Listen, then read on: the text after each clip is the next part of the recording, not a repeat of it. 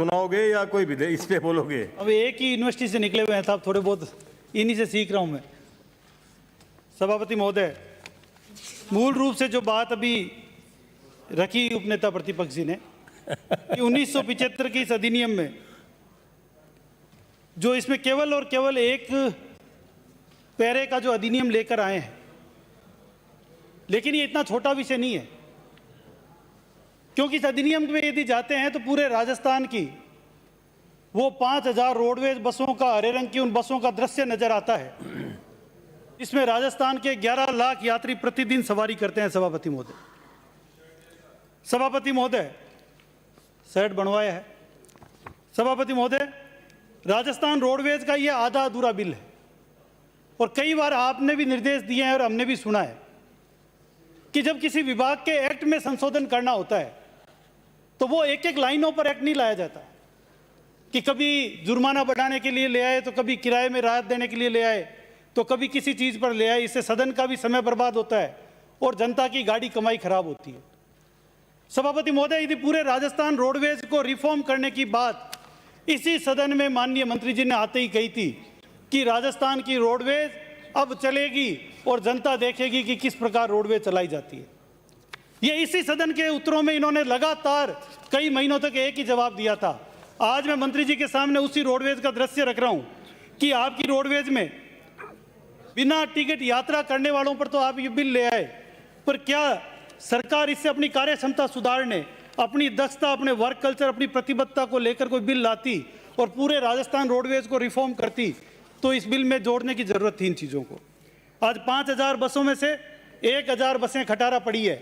अजमेर इनके बिहाड़ की बस पिछले 8 महीनों से एक रास्ते में खड़ी है और 2020 का मॉडल है, वो तो पुरानी भी नहीं है, उसको उठाकर लाने की भी फुर्सत नहीं मिली। 1000 बस लगभग इनकी खटारा पड़ी है, उसके बारे में कोई नीति निर्धारण नहीं हो रहा। राजस्थान में 4000 बसें चल रही है, 11 लाख यात्री प्रतिदिन सफर कर रहे हैं, 5 करोड़ का राजस्व प्रतिदिन रोडवेज विभाग अर्जित कर रहा है। और सभापति महोदय, सबसे बड़ी बात जो मैं बता रहा हूं, इन सब के बावजूद राजस्थान, हम तुलना पड़ोसी राज्यों से यदि करें तो हम इन सब पड़ोसी राज्य हमारे बगल में थी गुजरात से तुलना करें तो वहां से हमारा किराया 57% ज्यादा है। 57% हमारा किराया ज्यादा है, लेकिन हमारा घाटा 4900 करोड़ रुपए है। यदि हम हरियाणा की बात करें तो उनकी बसों का संचालन, उनका यात्री भार और उनका राजस्व अर्जन हमारे बराबर है, लेकिन उनका घाटा है वो सिर्फ 900 करोड़ रुपए है। मैं मंत्री जी से कहूंगा कि बेस्ट प्रैक्टिस एडॉप्ट करने में कोई बुराई नहीं है। मैंने व्यक्तिगत रूप से मिलकर भी बताया था कि किस प्रकार से लंदन में जो ऑयस्टर कार्ड चलता है वो पूरी दुनिया देखती है उसको, कि एक ही कार्ड से मेट्रो में भी सवारी होती है, पब्लिक ट्रांसपोर्ट में भी सवारी होती है और उसी कार्ड से आप कहीं पर भी आ जा सकते हैं, केवल एक ही कार्ड से। आज इस तरह की बेस्ट प्रैक्टिसेज यदि हम अडॉप्ट नहीं करेंगे तो सभापति महोदय, हम 21वीं सदी में जो जा रहे हैं, आज दुनिया में नए नए इनोवेशन हो गए, बेस्ट प्रैक्टिस हो गई। 6 वर्षों से इस विभाग में भर्ती नहीं हुई है। आज 5740 पद रिक्त पड़े हैं। पहला विभाग है सभापति महोदय जिसमें यह कहते हुए शर्म आती है कि 2016 के बाद में मृतक कर्मचारियों को पेंशन नहीं दिया गया, उनके बच्चे दर दर की ठोकरें खा रही हैं। मृतक रोडवेज के मृतक कर्मचारियों की बेटियों की शादियां नहीं हो पा रही है क्योंकि उनको पेंशन का लाभ नहीं मिल पा रहा है। 473 करोड़ रुपए राज्य सरकार के बकाया पड़े हैं। मैं कहूंगा मंत्री जी से कि हम सारी बात कर लें, कम से कम उनकी चिंता सबसे पहले करें जिन्होंने जिंदगी दे दी इस राजस्थान रोडवेज में, और उनके बच्चों की शादी ब्याह यदि हम नहीं करवा सकते, 473 करोड़ रुपए जो उनके अधिकार का हम नहीं दे सकते, हम किस बात का इसमें यहां पे पेनल्टी लगाने का बिल लेकर आ रहे हैं? हमको लगता है कि शायद सदन में हमारा कोई मानवीय पक्ष भी रखने की हमारी जिम्मेदारी होगी। सभापति महोदय, मैं पब्लिक ट्रांसपोर्ट की बात करूं तो आज दुनिया में स्वच्छता के बाद सबसे ज्यादा जो फोकस है वो पब्लिक ट्रांसपोर्ट पे है। यदि कहीं पब्लिक ट्रांसपोर्ट अच्छा है तो उस स्टेट की उन्नति भी उसी में है, वहां हैप्पीनेस इंडेक्स भी बढ़ता है और प्रदूषण नियंत्रण भी है। लेकिन आज हमारी बसों की क्या हालात है?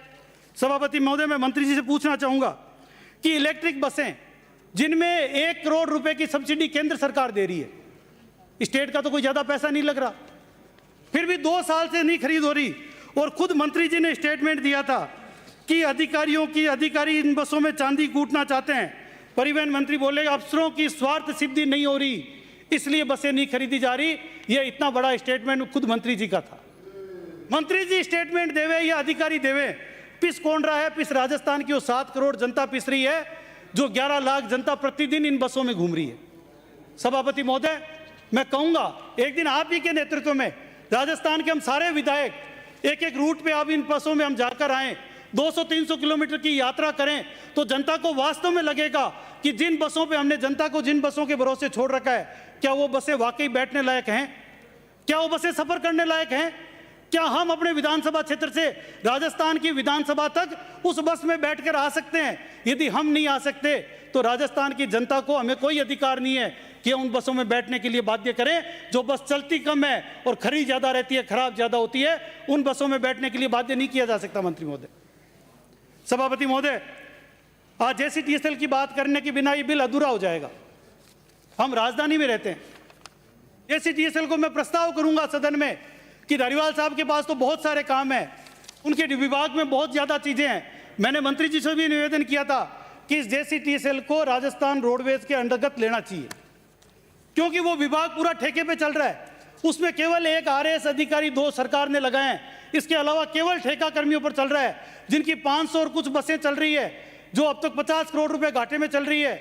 वहां भी 2000 ठेके के कर्मचारी है। उसमें कोई ना कोई पॉलिटिकल अपॉइंटमेंट करके उसका चेयरमैन बनाए, वहां उसको राजस्थान रोडवेज के अंडर में लें। और सबसे पहले मैं आज इस सदन में एक प्रस्ताव रखता हूं मंत्री जी आपके माध्यम से, सभापति महोदय आपके माध्यम से, कि मंत्री महोदय, हम राजस्थान की राजधानी जयपुर को एक बेस्ट ट्रांसपोर्ट मॉडल देने के लिए सदन में आज आप संकल्प रखें। आप संकल्प रखें कि जयपुर शहर में प्रदूषण मुक्त करने का जो पूरे विश्व में बात चल रही है, जयपुर में केवल और केवल इलेक्ट्रिक बसें चलेगी। और मैं ये प्रस्ताव भी दे रहा हूं कि आपका 1 रुपये खर्च भी नहीं होगा। 1 करोड़ रुपए केंद्र सरकार सब्सिडी दे रही है इलेक्ट्रिक बसों में, आपको 75 लाख रुपए एक्स्ट्रा देने हैं, वो आप वीजीएफ में टेंडर करके पीपीपी मॉडल पे टेंडर कर लो, आपकी सारी बसें मुफ्त मिल जाएगी और राजस्थान की जनता को इलेक्ट्रिक बसों का यहां पर संचालन शुरू हो जाएगा। और जयपुर राजस्थान की राजधानी पहला शहर हो जाएगा जहां पूरी की पूरी प्रदूषण मुक्त बसें चलेगी। हम बड़े रूट पर इलेक्ट्रिक बसें चलाएं, हम मीडियम रूट पर सीएनजी के जो हमारे ये ऑटो चल रहे हैं उनको हम परमिशन दें, हम उससे छोटे रूट्स पर जो ई रिक्शा चलते हैं उनको परमिशन दें। 40,000 ई रिक्शा अभी तक लाइसेंस की आड़ में अवैध रूप से संचालन हो रहा है, उनका ना कभी रूट बना है, ना उनकी गतिविधियां नियंत्रित हो रही है। इसलिए मेरा आपसे निवेदन है सभापति महोदय कि इस ट्रांसपोर्ट विभाग के आधे अधूरा जो बिल लेकर मंत्री जी आए हैं, आज हो क्या रहा है, आपके ट्रांसपोर्ट डिपार्टमेंट के ऑडिट में ये सवाल उठा है कि राजस्थान की घाटे की 4 वजह बताइए सभापति महोदय। सबसे पहली वजह जो बताई है ऑडिट रिपोर्ट में, वो बताइए घाटे की सबसे बड़ी वजह है अवैध बसों का संचालन। और उससे केवल रोडवेज को नुकसान नहीं हो रहा है, सबसे बड़ा नुकसान हो रहा है जीएसटी को, क्योंकि उन अवैध बसों में जो माल की ढुलाई की जा रही है वो जीएसटी की चोरियां हो रही है। राजस्थान में अवैध बसों का एक माफिया डेवलप हो गया है। मैं मंत्री जी से मांग करूंगा कि उस माफिया की जानकारी करके, क्योंकि आप तो इस विभाग को बहुत पहले से जानते हैं, इस माफिया कौन है, ये माफिया, ये गिरोह कौन है जो 2000 बसों का, ये ऑडिट रिपोर्ट में लिखा है कि 2000 बसों का अवैध संचालन राजस्थान में हो रहा है। राजस्थान के सिंधी कैंप बस स्टैंड पर, सिंधी कैंप के बाहर बिल्कुल उसके नाक पे खड़े होकर अवैध बसों का संचालन होता है। और सिंधी कैंप के थाने में प्रतिदिन वहां 50 मुकदमे दर्ज होते हैं। कितनी हत्याएं हो गई है, कितने मुकदमे दर्ज हो गए हैं केवल उस अवैध माफिया और बस संचालन में, और कितने रोड एक्सीडेंट हुए हैं, इसकी जांच करवा लो, ये सारा तथ्य पूरा खुलकर सामने आ जाएगा। ये डिपार्टमेंट एक रात में घाटे से लेकर मुनाफे में चला जाएगा। लेकिन मैं बड़ी जिम्मेदारी के साथ आरोप लगाता हूं, और ये ऑडिट का पैरा भी है, कि आपके हर महीने 3 करोड़ का ब्याज जाता है, 80 करोड़ वेतन और पेंशन पर आप खर्च कर रहे हैं, 46 करोड़ का ब्याज diesel maintenance, tyre tube spare part की खरीद में खर्च हो रहे हैं। उसके बाद भी उस बस में बैठ कर कोई सवारी नहीं कर सकता। सभापति महोदय, चौथा जो तीसरा मैंने बताया कि 438 करोड़ रुपए आपके बाकी है, जिसका ब्याज भी आपको देना पड़ रहा है, जो आपके अपनी पेंशन 476 करोड़ रुपए जो आप पेंशन का नहीं दे पा रहे हैं। और चौथा बड़ा कारण 15,000 कर्मी जो आपके पास है, जो पहले 20 होते थे, 5,000 पद खाली पड़े हैं, उसमें से 2000 ऐसे लोग हैं जो ना बस का संचालन कर पा रहे हैं और ना राजस्थान रोडवेज के लिए फिट है, वो काम भी नहीं कर पा रहे हैं। तो आप जो एमनेस्टी स्कीम लाने वाले थे, यदि वो स्कीम आ जाए इसी बिल के माध्यम से, तो निश्चित रूप से राजस्थान रोडवेज का घाटा आधे से कम हो जाएगा और आपका 2000 लोगों का वेतन बचेगा। सभापति महोदय, इसके साथ साथ मैं ये भी कहूंगा कि बार बार जो मीडिया में आता है, किसी विभाग की चेक पोस्ट बिकती हो, किसी विभाग का उड़न दस्ता बिकता हो, किसी विभाग का आरटीओ की पोस्टिंग लेन देन के आधार पर होती हो, ये मीडिया में क्यों आती है ये बात? इसकी जांच करवाए मंत्री महोदय।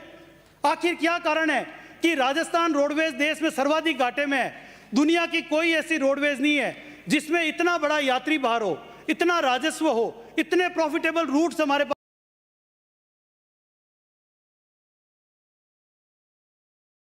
पास है।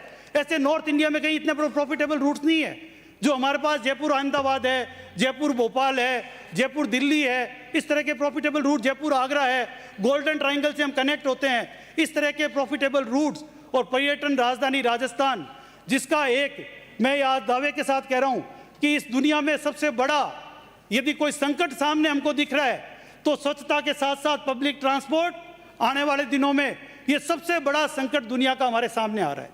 बार बार जब आप आरटीओ रजिस्ट्रेशन करता है तो ये कहता है कि पार्किंग की जगह दिखाओ, पार्किंग की फोटो के आधार पर गाड़ी का रजिस्ट्रेशन किया जाता है। आज जयपुर शहर में खुद मंत्री जी की विधानसभा में आप जाकर देख लो, हमारे यहाँ आकर देख लो, किसी भी शहर में जाकर देख लो, सबसे ज्यादा पड़ोसियों के झगड़े जो है वो बाहर गाड़ी खड़ी करने को लेकर है। घर में किसी के पास गाड़ी खड़ी करने की जगह नहीं है, सड़कों पर गाड़ियां खड़ी होती है और उसको लेकर प्रतिदिन नित्य प्रतिदिन झगड़े बढ़ते जा रहे हैं। ये सब चीजें बिल में नहीं आएगी तो कब आएगी?